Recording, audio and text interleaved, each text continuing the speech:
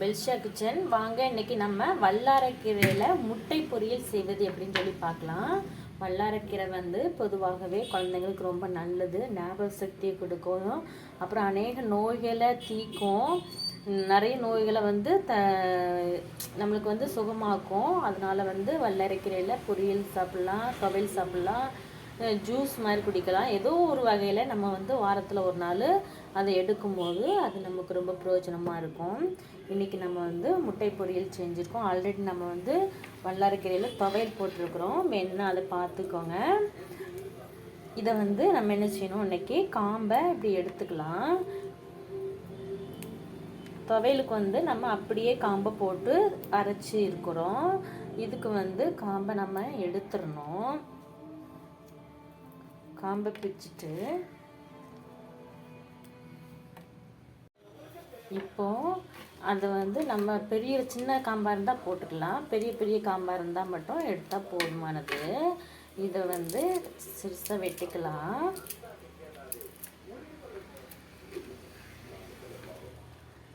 ரெண்டு ரெண்டாக வெட்டி வச்சுக்கலாம்.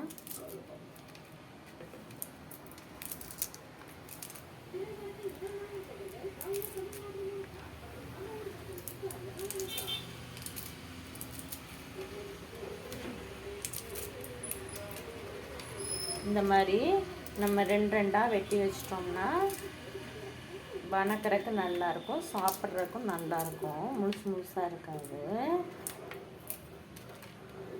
பாருங்கள், இந்த மாதிரி எல்லாத்தையுமே இந்த மாதிரி நம்ம வெட்டி வச்சுக்கலாம்.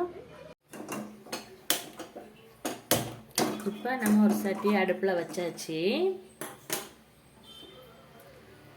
தேங்காய் எண்ணெய் ஊற்றிக்கலாம், இல்லைன்னா கோல்டு எண்ணெய், கடலை எண்ணெய் எதுனாலும் ஊற்றிக்கலாம். தேங்காய் எண்ணெய் ஊற்றினா வாசமாக இருக்கும்.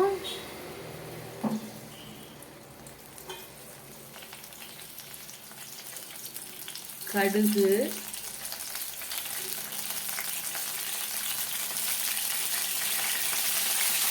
கடலைப்பருப்பு,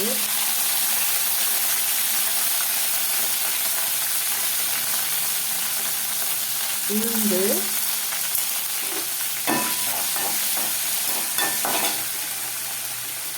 ரெண்டு சீரகம்,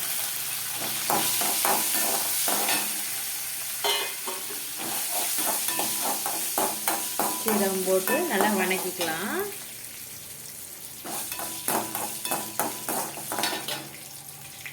ஒரு மிளகாய், சின்ன வெங்காயம், பெரிய வெங்காயம் போட்டால் டேஸ்ட்டாக இருக்காது, போடணுன்னா போட்டுக்கலாம், ஆனால் சின்ன வெங்காயம் தான் டேஸ்ட் கொடுக்கும். நல்லா வணக்கிக்கலாம்.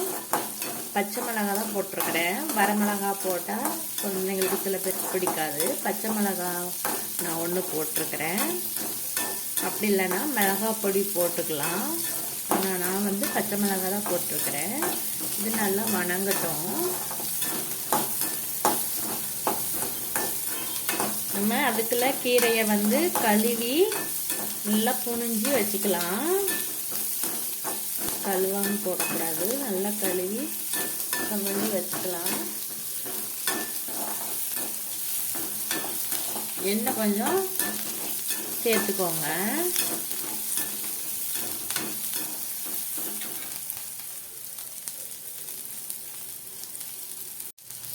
இப்போ நம்மளுக்கு வணங்கிருச்சு. நல்லா எல்லாத்தையுமே ரெண்டு ரெண்டாக வெட்டி வச்சிருக்கிறேன். அந்த கீரையை உள்ள போட்டுக்கலாம்.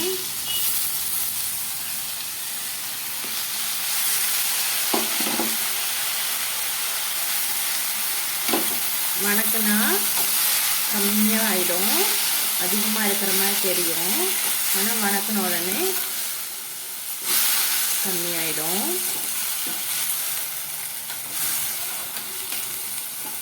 நல்லா வணங்கணும்.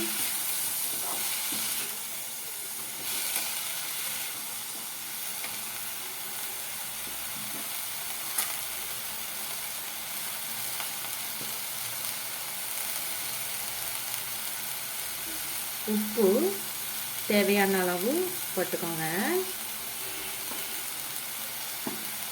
போட்டு நல்லா வணக்கலாம்.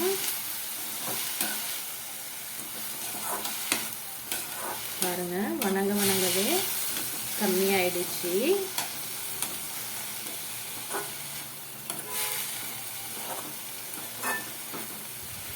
நல்லா வணங்கணும். டீ கூட்டி வச்சுக்கலாம்.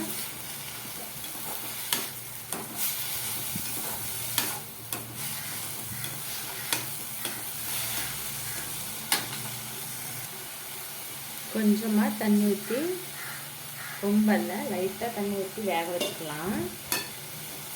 ஏன்னா நல்லா பச்சை வாசனை போகணும், வணங்கணும் இல்லையா.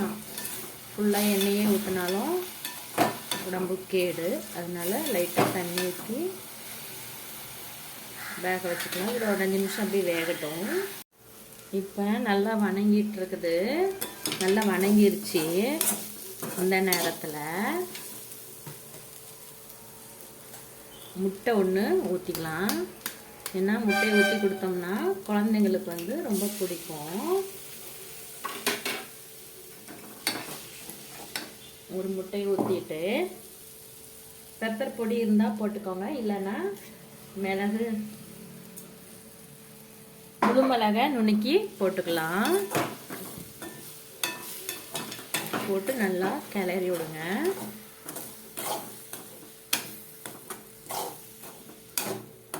அப்போதான் அந்த துவர்ப்பு லைட்டாக இருக்கும் இல்லையா, அந்த முட்டையும் ஊற்றி மிளகும் போடும்போது அந்த துவர்ப்பு இருக்காது, டேஸ்ட்டாக இருக்கும்.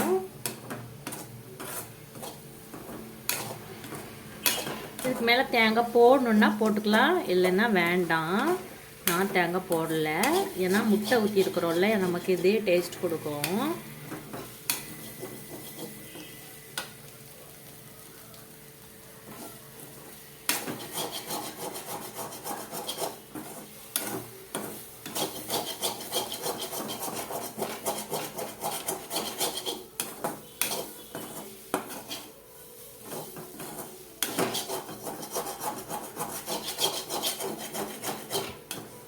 அவ்வளோதாங்க. இதை நம்ம இப்போ அடுப்பை ஆஃப் பண்ணிடலாம். பாருங்கள், இப்போ நமக்கு வல்லாரக்கீரை முட்டை பொரியல் சூப்பராக ரெடி ஆயிடுச்சு. இப்போ இதை பார்க்கும் போதே குழந்தைங்க ரொம்ப விரும்பி சாப்பிடுவாங்க. கசப்பு இல்லைங்க, நீங்கள் செஞ்சு கொடுங்க. ஞாபகசக்தி ரொம்ப குழந்தைங்களுக்கு தேவையானது இந்த காலத்தில், எப்போவுமே தேவையானது தான். அதனாலும் சாப்பிடுங்க, சாப்பிட வைங்க குழந்தைங்கள. இதே போல் செஞ்சு கொடுங்க. சப்ஸ்கிரைப் பண்ணி லைக் பண்ணுங்கள். தேங்க்யூ.